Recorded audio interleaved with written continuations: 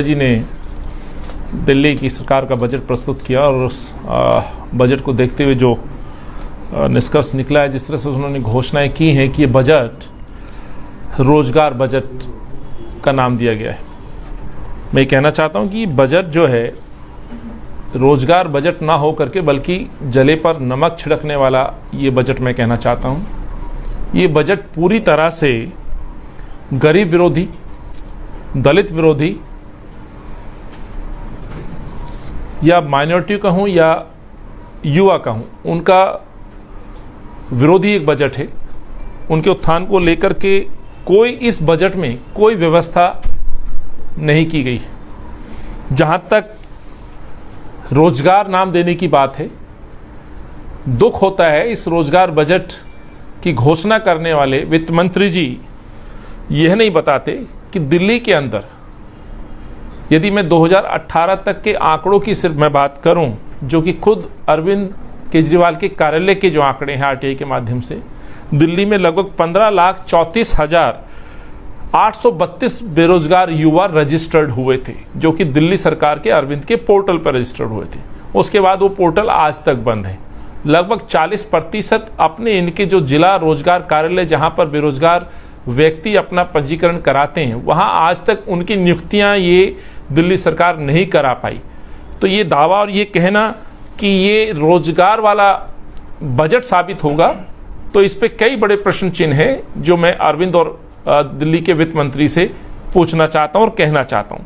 सवाल ये भी है कि एक बात और उन्होंने अपने दावे के साथ कही जो कि पूरी तरह से झूठ है, जो कि हालांकि इस सरकार का एक चरित्र बन गया है झूठ बोलना और गुमराह करना, जिसमें वर्किंग पॉपुलेशन को लेकर के बड़े बड़े दावे किए गए हैं। जिसमें कहा गया है कि दिल्ली में जो वर्किंग पॉपुलेशन है वो 33% से 43% का टारगेट रखा गया आने वाले दिनों में। लेकिन मैं केजरीवाल साहब से पूछना चाहता हूं कि 2013 से अब तक लगभग पिछले 7-8 सालों में ये जो दर है वर्किंग पॉपुलेशन की, बढ़ी है या घटी है? इसका प्रश्न इस प्रश्न का वो जवाब देंगे? वो जवाब नहीं देंगे। लेकिन मैं आपको बताना चाहता हूं, एक सर्वे के अनुसार जो मनीष सिसोदिया ने अभी जो घोषणा की है हाउस के अंदर, उसमें कहा गया है कि 33% वर्किंग पॉपुलेशन आज दिल्ली में है। जबकि 2012 में NSSO एक संस्था के सर्वे के मुताबिक दिल्ली की जो वर्किंग पॉपुलेशन थी वो 33.39% थी।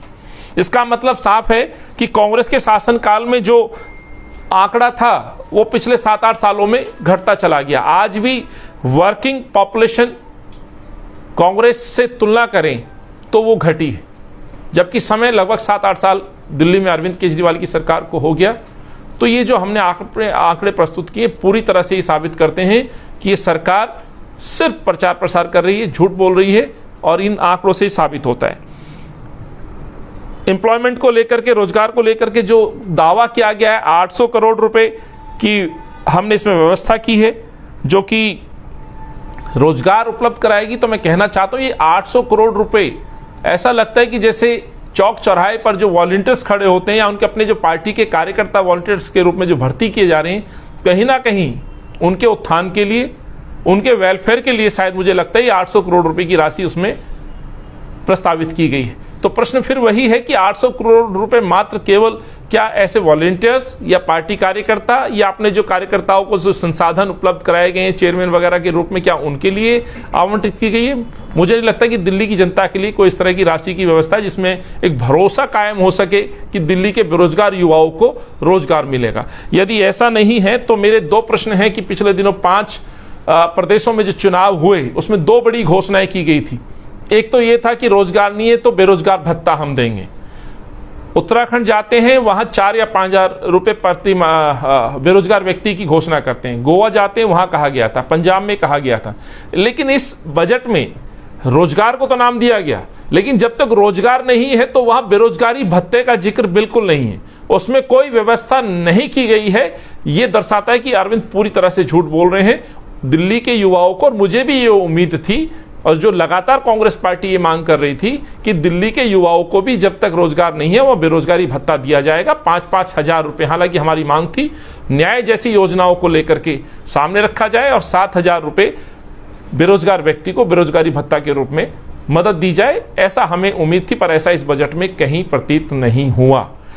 दूसरा, इस बजट के अंदर कहीं पर भी, जैसे मैंने कहा कि शिक्षकों को लेकर के जो बार बार शिक्षा नीति की बात की जा रही है, 22,000 शिक्षक आज भी परमानेंट होने की उम्मीद रखते थे, तो ये भी रोजगार से जुड़ा हुआ मसला है, जिनको कांग्रेस का कार्यकर्ता बताया जा रहा है, आंगनवाड़ी वर्कर हैं। तो आप जब रोजगार नाम देते हैं तो मुझे उम्मीद थी कि इनको परमानेंट करने की भी घोषणा शायद इस बजट में या व्यवस्था करके की जाएगी, जिनसे कि उनको राहत मिल सके। पूरे समय आंगनवाड़ी वर्कर इनके घर के बाहर बैठी रही, मुख्यमंत्री जी को समय नहीं मिला, तो आज उनको लेकर के कोई घोषणा नहीं है, ना घोषणा कॉन्ट्रेक्चुअल जो शिक्षक हैं उनको लेकर के कोई घोषणा नहीं है।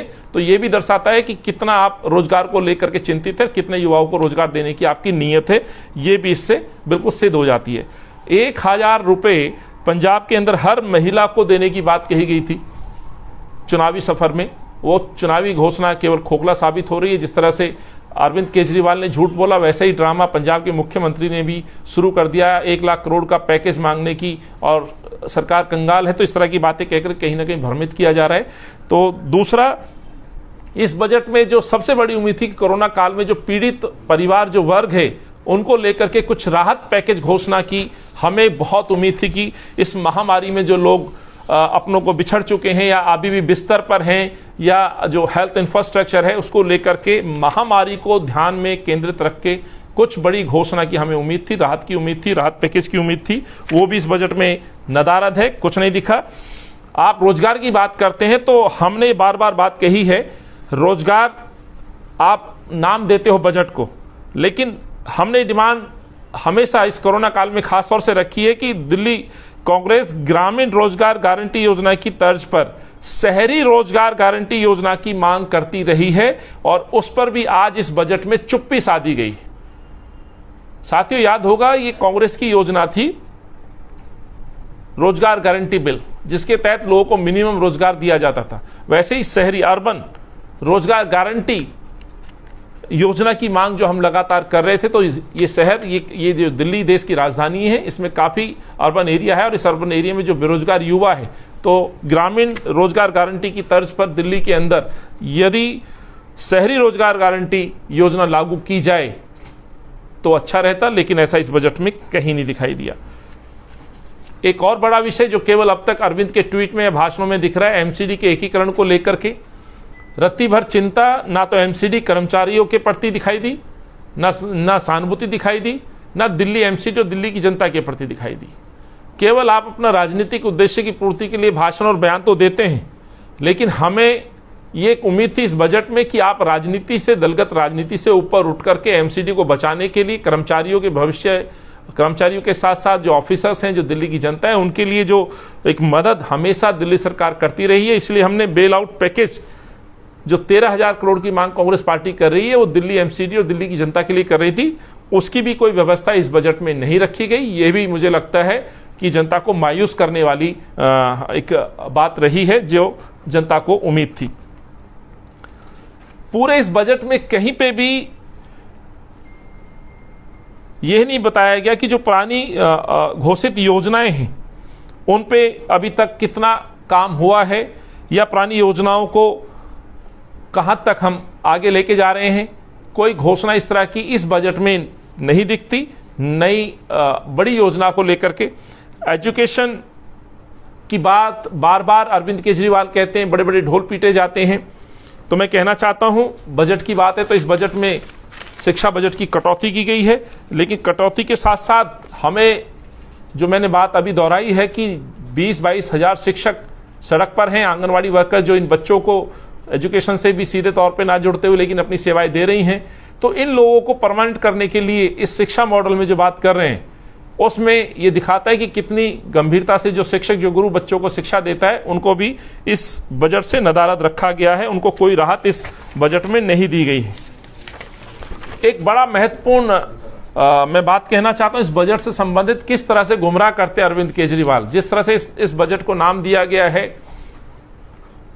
रोजगार बजट, वैसे ही याद होगा साथियों 2018 में दिल्ली के बजट को नाम दिया गया था, और ये अरविंद की बड़ी पुरानी एक रणनीति रहती है कि लोगों को गुमराह किया जाए, एक शब्द से जोड़ा जाए। ऐसा ही एक शब्द 2018 में दिया था, ग्रीन बजट। ग्रीन बजट पेश किया था, बड़े बड़े दावे किए गए थे और ग्रीन बजट में संदेश देने की कोशिश की गई थी कि ये शहर ग्रीन होगा, पॉल्यूशन नहीं होगा, पॉल्यूशन फ्री होगा। लेकिन आज ये दिखाता है कि 2018 में जो बजट प्रस्तुत किया गया, 2018 से आज तक दिल्ली प्रदूषण में नंबर 1 बनी हुई है। जब आप कोई नाम देते हैं तो आप एक संदेश देते हैं और एक विश्वास दिलाते हैं कि आप इस बजट के तहत इन लोगों का उद्धार करेंगे। तो जैसे आपने रोजगार बजट दिया है, तो दिल्ली के बेरोजगार युवाओं को एक उम्मीद आप जगा रहे हैं कि दिल्ली के हर युवा को रोजगार मिलने की संभावना होगी और इस पे सरकार काम करेगी। वैसे ही 2018 में जब आपने ग्रीन बजट का नाम दिया गया था, दिल्ली के लोगों को एक आपने उम्मीद जगाई थी, एक विश्वास दिलाया था कि दिल्ली शहर बनेगा ग्रीनरी में और प्रदूषण फ्री शहर बनेगा, सभी को एक साफ स्वच्छ हवा मिलेगी। लेकिन अफसोस ऐसा तो हुआ नहीं, पूरी दिल्ली प्रदूषित है और 4 साल से लगातार नंबर 1 बनी हुई है। राजधानियों में दिल्ली विश्व की सबसे प्रदूषित शहर बन गया है। तो कहीं ऐसा तो नहीं, रोजगार का नाम तो दे दिया गया है और ये बजट फिर आने वाले दिनों में शहर जो आज भी बेरोजगारी में नंबर 1 है युवाओं में, वो ये शहर और ज्यादा बड़ी गंभीर बेरोजगारी की स्थिति में धकेलने का काम ये सरकार करेगी, ये मैं कहना चाहता हूं। नए इस बजट के अंदर एक नई भी, जो मैंने अभी जिक्र भी किया, नई किसी योजना का जिक्र नहीं है। ये शहर फ्लाईओवर सिटी के नाम से जाना जाता था। दुख हुआ, अफसोस हुआ कि शहर पे इतना दबाव है प्राइवेट व्हीकल्स का, पब्लिक ट्रांसपोर्ट तहस नहस हो गया, तो स्वाभाविक है लोगों को मजबूरन प्राइवेट ट्रांसपोर्ट की तरफ आना पड़ रहा है। कहीं पर भी एक फ्लाईओवर नए निर्माण की इसमें कहीं योजना का जिक्र नहीं है। ये दर्शाता है कि अरविंद केजरीवाल इस शहर की जो पहचान फ्लाईओवर सिटी के साथ साथ इस शहर को स्मूथली ट्रैफिक चलाने के लिए जो होती थी, आज उस शहर को एक भी फ्लाईओवर की व्यवस्था न करना दर्शाता है कि कितना इस शहर को लेकर के अरविंद चिंतित हैं।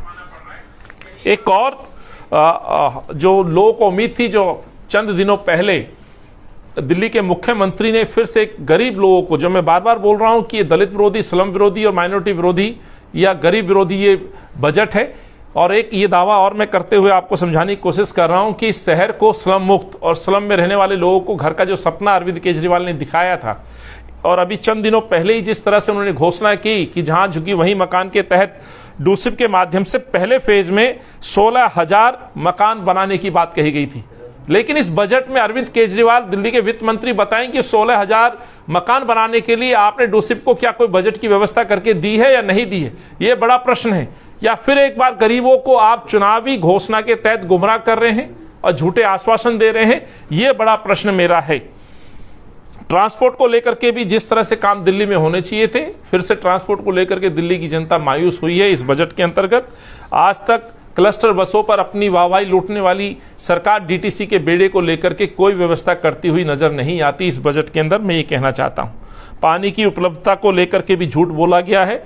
2014 में जो पानी की जो उपलब्धता 50 गैलन प्रति व्यक्ति प्रतिदिन थी, जो घट करके 44.7 गैलन प्रति व्यक्ति दिन रहा। ये आंकड़े केवल हमारे नहीं है, ये भारत सरकार के आंकड़े के सर्वे हैं साथियों। तो किस तरह से अरविंद केजरीवाल और सरकार झूठ बोल रही है, ये इससे सीधा प्रतीत हो जाता है। जो मैंने आपसे बात रखी है, जिसमें मकानों की बात है, जिसमें हमारे ये पानी का जिक्र है, तो वैसे ही एक राशन कार्ड का बड़ा इशू है। 15 लाख परिवार और लगभग 54 लाख लोग राशन कार्ड की उम्मीद से आज भी दिल्ली में इंतजार में हैं, जिन्होंने अप्लाई किया हुआ है। दिल्ली के मुख्यमंत्री, दिल्ली के वित्त मंत्री ने, दिल्ली की सरकार ने कहीं उन लोगों के लिए इस बजट में कोई प्रावधान या व्यवस्था नहीं की जो 7 साल से इंतजार कर रहे हैं। ये वो लोग हैं जो स्लम में, गरीब बस्तियों में मजबूरन सरकार की इस राशन पॉलिसी राशि, सरकार की इस योजना के ऊपर टिके हुए हैं या डिपेंड हैं।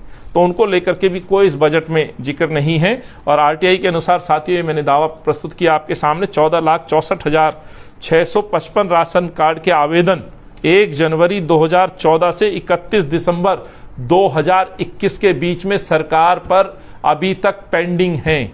मैं पुनः दोहरा रहा हूं, ये दावे आरटीआई के माध्यम से हैं और आरटीआई का जवाब अरविंद के कार्यालय ने दिया है, जिसमें 14,64,655 राशन कार्ड के आवेदन 1 जनवरी 2014 जब कांग्रेस की सरकार हटी, उसके बाद आम आदमी पार्टी या भाजपा की सरकार आई है, और 31 दिसंबर पिछले बीते हुए वर्ष 2021 31 दिसंबर तक के ये आंकड़े हैं, जिसमें ये हमने आपके साथ शेयर किया है। तो तो ये पूरी तरह से साबित हो जाता है, जैसे मैंने कहा।